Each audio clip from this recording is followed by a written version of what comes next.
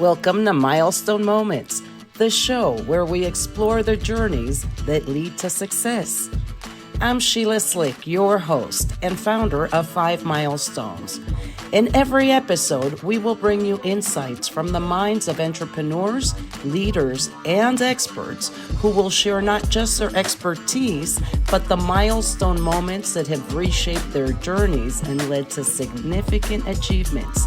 So if you're looking for motivation, you're in the right place. Subscribe now and discover the milestones that mark the path to success.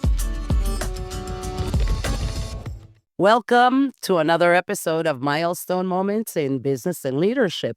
I'm your host, Sheila Slick, and today my special guest is Sara Berry. Sara is founder of Out of Office, and she's a corporate trainer and an on-camera educator that helps others build their online presence with fearless, low-effort, high-impact video. Sara launched a program called Invisible to Iconic.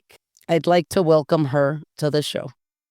Thank you so much for having me. I'm excited to be here. I am too, and you've created momentum. We've been talking about the exciting part of the beginning of the year and then how you keep that momentum in the months that follow. I'd love to learn a little bit about you and your journey, that turning point, that milestone moment that led you to what you're doing today. Yeah. So you mentioned I'm a corporate trainer. That has been my career for 20 years now. And that is something that I sort of just stumbled upon. And when I was in the corporate world, I always felt like I'm pigeonholed here. I can't do anything else but teach people. That's what I have to do. It's a label that's been slapped on, and I can't do anything beyond that. On the side, I was doing graphic design. That was my little side gig, but I didn't really know what I always knew I wanted a business, but I didn't know what that would be. Now I look back and I see that through line of you can educate people in your business and still use those skills that you used to have. And the turning point for me was when I started posting online. It's literally all it took was talking to other people. I would dream up these businesses in my mind. I would think, oh, well, one day I'll just have the courage. One day I'll have, an online presence. People will be able to search my name and something will come up. But until you do something about it, it feels like this super far away dream. And so I would just keep planning and it wasn't until I did a 100 post challenge on LinkedIn where I said, I'm going to post 100 times in a row. Didn't have to be daily, didn't have to be, super heavy on the content creation. It was just to get into the rhythm and get rid of the sort of like cringe feeling that we have when we're first exposing ourselves to the world. Everybody on LinkedIn was already a former coworker of mine, so that was kind of the cringe factor there, but I felt like if I could just express the creative thoughts I have and let my audience sort of guide me there, what do people even want to hear from me? And that became the turning point for me. I was like, wait a second. I've been educating. I've been a creative person. I've been all these things all along. Now I'm just doing it for other people. And up to that point, I was helping large businesses with their almost like TikTokification of their online training. So if someone comes in as a new employee, make a little video for them, a day in the life. That felt really fun for me. But I felt like it was even more fun to do that with small business owners, getting them comfortable on camera, getting them to kind of like distill the things that they do into small videos. And I felt like that was so rewarding to be able to do that. I didn't know that though. I didn't know that that was my calling. I didn't know that that was the thing I wanted to do until I started just posting online, which a lot of people won't do. A lot of people will shy away from it. It's called imposter syndrome. 100%. And So many layers and levels to imposter syndrome too. Yeah. And even you that had been working with video, you kind of had to overcome that in order to start publishing your post on LinkedIn. And I loved what you said about the 100, and I've heard that numerous times. I'm actually doing that with this very same podcast. My first milestone was that 100th episode.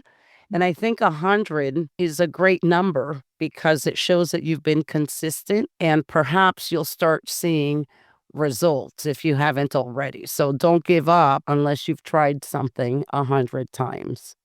That's exactly you might have read the same book that I did. Million Dollar Weekend was the book that I heard this in originally. So I was listening to the audiobook while on a walk in 2024. I was taking daily walks. I need to get back to this now that I think of it. The daily walks were great. And I would just listen to an audiobook. So when I was listening to this, it was the whole premise is just like you said, do something 100 times without analyzing the results yet, because we have a tendency to talk ourselves out of things that we haven't even seen the proof of yet. I think we all have an example we can think of where you put in maybe 5 tries on something, 20 tries on something. You see it with podcasts a lot, you see it with YouTube channels. There are so many YouTube channels and podcasts in the graveyard with 3 episodes. I think it's something like the stat was 90% never get past episode 3. And then of the people remaining or episodes or channels remaining, I think 90% of those don't get past episode 20. So in reality, we're trying a bunch of little things, but we're never really sticking to one thing long term to really see if it's going to work for us. And I feel like that changed something in my brain positively. It was a really good challenge to do. And it made me stop thinking of all the details, the imposter syndrome details that we think of where we don't believe in ourselves. Well, I think if I could do 100 shorts, Yeah, that would be pretty awesome. well, that would probably take me a while, right? Because then I don't know. I think with video, sometimes you're not just listening to yourself like you are with the podcast. I think the imposter syndrome is twice as much with video than it is with audio. Now, that's just my personal experience. And I think it's great to step out of your comfort zone. So if you start a 100-day challenge, I would be the first one to sign up. Yes, it's so good for us. I will say for video, like you said, we're analyzing, there's a lot of self-critique. A lot of the clients that I've worked with have said the same thing, when they're first starting is, "I can't even look at it." That's kind of a quote that I hear a lot. And I know from my own experience, and of course, each person is a little bit different, but I have that track running in my mind when I'm recording. "Oh gosh, the way I said that sounds awful. Oh, what am I even saying?" It's like constantly checking and self-editing. And then when I go back to watch the clip, I'm I'm remembering that moment of when I was self-critiquing, and I'm like, "Wait a second, I actually am coming across perfectly fine. There's nothing wrong with what I'm saying." But I was automatically, like, editing myself and making myself feel like it was wrong or not good enough, and then I'm watching it back and I'm just thinking, "This is perfectly fine. There's nothing wrong with it at all." So, I think we overdo it with the self-critique as well. It's natural. It's not something to, beat yourself up about, but I do think that seeing yourself on camera enough times, you do get used to it just like you would for your voice. We all hate our voices recorded, right? It's the same thing, but yes, amplified. I think if you do it enough times, though, you get used to it. But I have some methods to get around it too, so to remove the emotion factor. What are 3 skills or qualities that you believe are most impactful in either your journey or someone else's journey wanting to take on video and getting out of that comfort zone? That's a good one, and I feel like depending on when you ask me, it's gonna be a different answer each time almost, like what season of life I'm in. I think self-belief is a big thing, and seeing kind of the bigger picture. I think a lot of times we focus on, like I said, the negative or like one moment rather than looking at the big picture. You've almost gotta have a bigger purpose. So even just to take it back to the 100 post challenge that I did, my bigger purpose was to be consistent, not to go viral, not to have one post be this big thing. And I knew that I had that on the horizon. That was what I was aiming for, and I believed that I could do it as long as I stuck to it. So that's definitely one thing. I think it kind of goes along with it, but the proper mindset, a positive mindset. When I teach video, I'm not teaching the tips and tricks. I'm not teaching here's how to edit, because without the right mindset, it doesn't matter if you know the greatest tool. It doesn't matter if you know how to record properly or have the best lighting or any of these things that I get asked questions about a lot. It's more about the right mindset. okay, I know I'm doing this for a reason and I know I can do it. That's going to matter so much more. And a lot of people skip that foundation. And I will say a lot of the questions I get just prove that. And then the third thing I would say is the third may be something about knowing when to pivot is a really good skill to have. I have done this a lot with my content where I want to make it easier on me. I don't want content to be a difficult thing. I want it to be low effort, high impact. And I'm always iterating that to make it easier on me, but also easier for my audience where they feel like they still are getting something really amazing out of what I have to say and put out into the world. So, what you're doing now is a program. Yeah, I have a couple of things. The main one is the program where I help people not only get on camera in the first place, it's like a safe place to practice. We do recording sessions. So I'm able to record with them where they feel like it's almost like three phases. So the first is getting past the mindset, gunk that keeps us from expressing ourselves. Second would be recording together. So we're kind of co owning that, doing recording sessions and then splitting those into clips that they can then post on social media easily. And then the third would be where they've got the training wheels from me. Now they're putting it into a system where they don't feel like they have to pull out their phone every day and record. It's more like we can batch record. And once we batch record, we've got enough content for the next sometimes 2 months in advance, which I think is pretty amazing because it can be a lot to feel like you're recording shorts all the time. So I do have people record longer bursts of video. That way that can be split into clips. I think if you're starting with the short clips, that's a recipe for burnout. And I try to keep people from doing that. But ultimately, they can do whatever they want. It's similar with any sort of content, right? If you're just waking up in the morning and you're saying, what should I post today? You're going to get burnt out pretty quickly. But if you put that into a nice system that works for you, a workflow that works for you, okay, every third Thursday, I'm setting aside time on my calendar and I'm going to write my posts for next month. But I'm also going to, look at my entire planning. What platforms am I on? Do they all work together?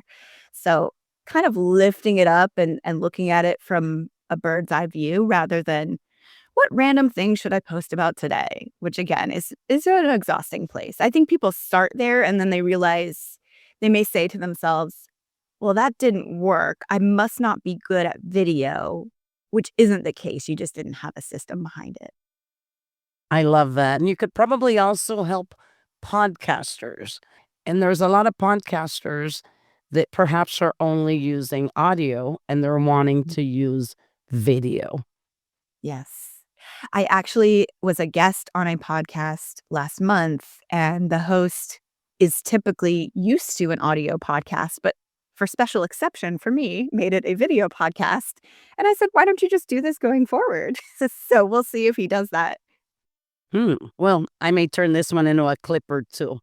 Yeah, there you go. So, where can we find you online? How can we connect with you?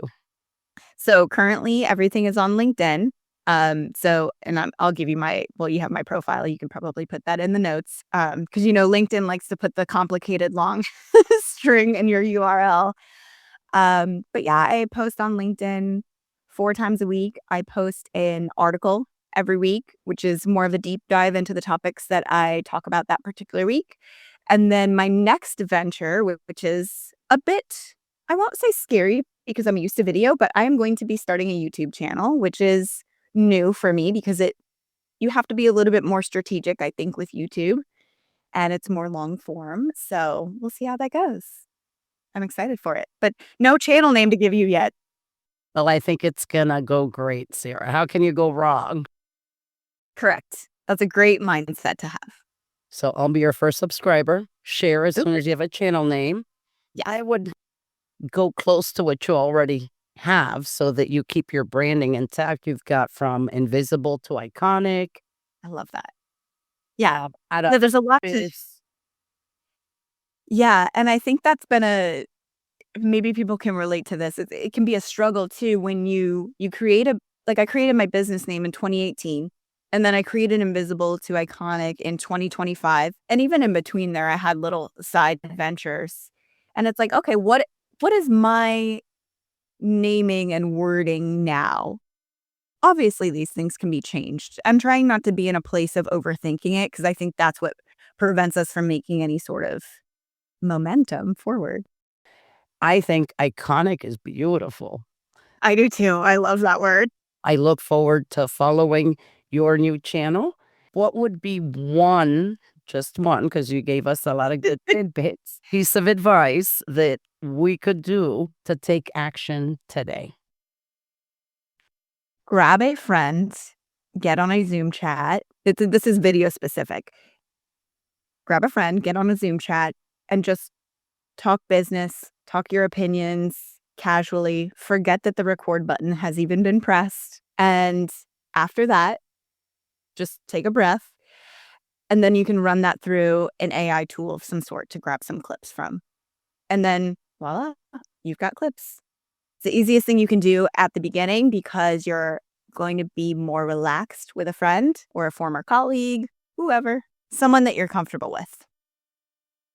Well, I'm going to do that with you. Welcome, my friend Sarah. I feel very comfortable with you in a great conversation. So Good. I'm going to take you up on that challenge and then see if I can do it 99 more times. Yes, exactly. Well, thank you so much for joining me today. Thank you. And thank you all for tuning in to another episode of Milestone Moments in Business and Leadership. Until next time.